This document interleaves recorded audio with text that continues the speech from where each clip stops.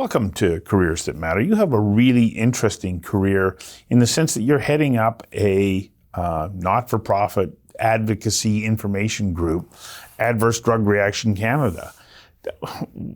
Tell me what it's like for you as in your role as leading this. What do you do on a day-to-day basis to help move awareness forward? Yeah, thank you for that question. So I do have a board of directors. So that was a new area that I had to learn about how to organize a board, how to chair a board. So that was a topic I had to familiarize myself with, Robert's Rules of Order, all of that on how process works when you are chairing a board. But with the organization, there's just so many individuals that need to be consulted, and all of these individuals come from various different backgrounds. So we have patients and family members that come to us all the time to seek information on how it is that they could get more information about the particular adverse drug reaction that they had, or have questions about how this could have possibly happened to them and what more they can do to help us advocate for that. And are you also directing them to resources that Yes. can be of benefit? Okay. Yes. Yeah. So adverse drug reactions they are a leading cause of death, but there isn't a lot of information out there about them. So that was why Adverse Drug Reaction Canada, when I sat down with the founding board members, we really saw this gap that needed to be addressed in Canadian healthcare. So part of your job was you had to recruit board members as well. Yes. Holy smokes. Yes. How do you convince somebody to say, I want you to be a board of something that's new, that nobody's paying attention to? Yes. So there are some members of the board of directors who love working on problems, like they love public policy. So they were really happy to be involved. There's individuals who have worked in or been educated in the life sciences sector, but they have learned about that, but they've never but they want to see those solutions applied in the real world. So Which wasn't their strength necessarily. Yeah. Mm-hmm. Yeah, and then there's then I also have a group of advisors. So these are physicians, researchers, politicians who know that adverse drug reactions are a major problem in the country, but they have never thought about or really seen any action happen in terms of the public policy piece. So all of us looked to see whether or not an organization was needed. And the conclusion was, yes, there is this huge gap. This is a leading cause of death. There's no one advocating for this. And the thing about adverse drug reactions, unlike other health problems that may exist, is that they are preventable. Yeah. They eat up a huge chunk of Canadian taxpayer dollars. There's a lot of money that's being diverted towards addressing adverse drug reactions. They cost anywhere between 13 to 17 billion for the Canadian taxpayer almost on an annual basis. But these adverse drug reactions and these adverse drug events, they are preventable.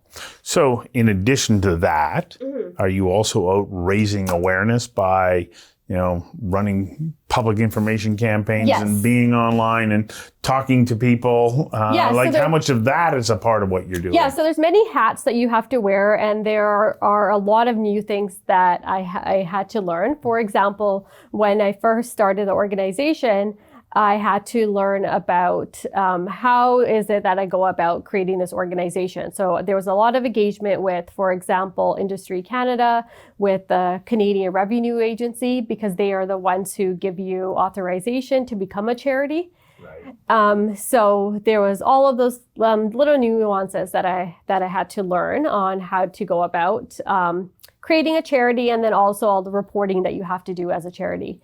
But besides patients and family members, as I just mentioned, there's all of these other individuals as well. For example, scientists and researchers.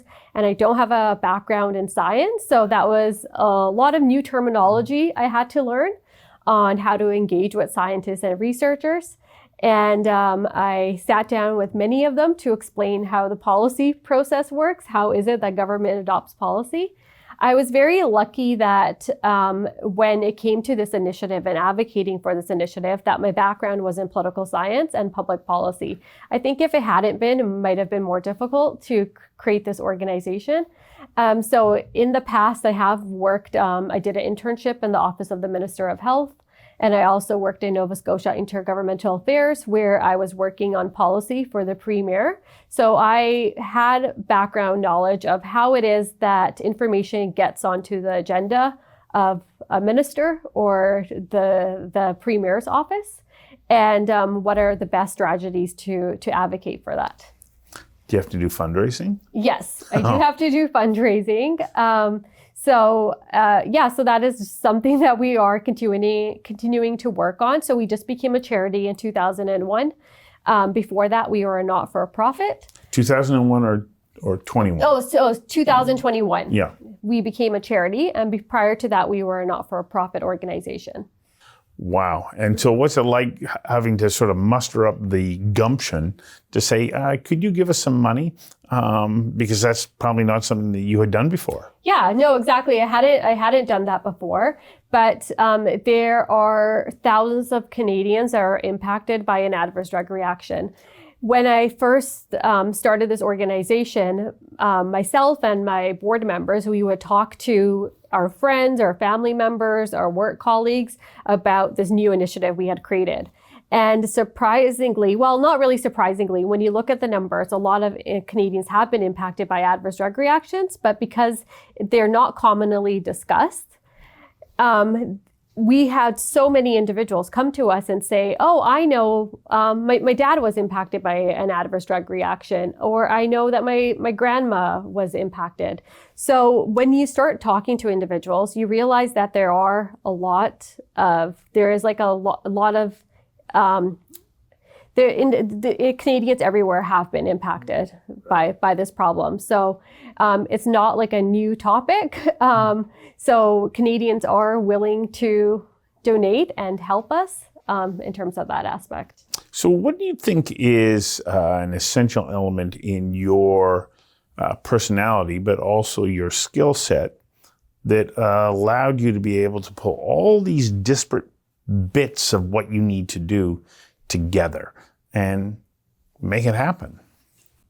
I would say that I've never been a person I've always been a person who loves looking at problems and trying to find a solution to that. That's just always been a part of who I am. To whenever I see that there is a problem, and this is the part of the reason why I wanted to study political science, is that when you see a problem, you look to see what's happening in other jurisdictions and what are best examples that could be adopted here in Canada. I also think it was when I cold emailed and cold called all of these scientists and researchers around the world, I was a little bit uncertain of whether or not they would be receptive to providing information to somebody who doesn't have a background in sciences. But they were more than enthusiastic and happy to support me. So I think just be fearless, and if you are passionate about an issue, go there, get the information. I think people are willing to help. I think if there is a problem out there and individuals are their subject matter experts, they are also looking for a way that they could use the knowledge that they've gained, the research that has been generated in their labs, in their research institutions. They also want to see that applied to the real world. So I think it was like we were both supporting each other. So you had an idea of what you wanted to do, but you can never know exactly what the perfect starting point is. How important do you think it is that when somebody finds themselves in that situation, they just go, well, I'm going to get started? How important is it to just start? It's so important. When I had this idea to start this organization, I dreamt about it in the fall of 2015. And I thought about it for the next 4 months of 2015. I thought about it all of 2016. And I just got lucky that I saw this posting that said that the Canadian Science Policy Conference was accepting paper proposals. But prior to that, I had already flushed out my idea on paper and how it would look like. But I was not sure whether or not Canadians would be supportive of this. And I was thrilled when later on in 2016, I got this award at the Canadian Science Policy Conference, and there was so much support from Canadians all across the country, support from the Canadian science community, from politicians. There was politicians who came to me, former politicians and current politicians, who had been in like the ministries of health and finance and others, and said, we have seen adverse drug reactions are a huge problem. Right. But even a decade ago, we didn't know if they could be prevented or not, because we didn't know that adverse drug reactions are caused by what gene variants you carry. But now we do. And so let's do something about it. Well, I think the work that you're doing is great, and I hope that you're an inspiration to others to follow that same kind of passion and get behind and creating organizations that can make a difference. Thank you. Thank you so much, Stuart.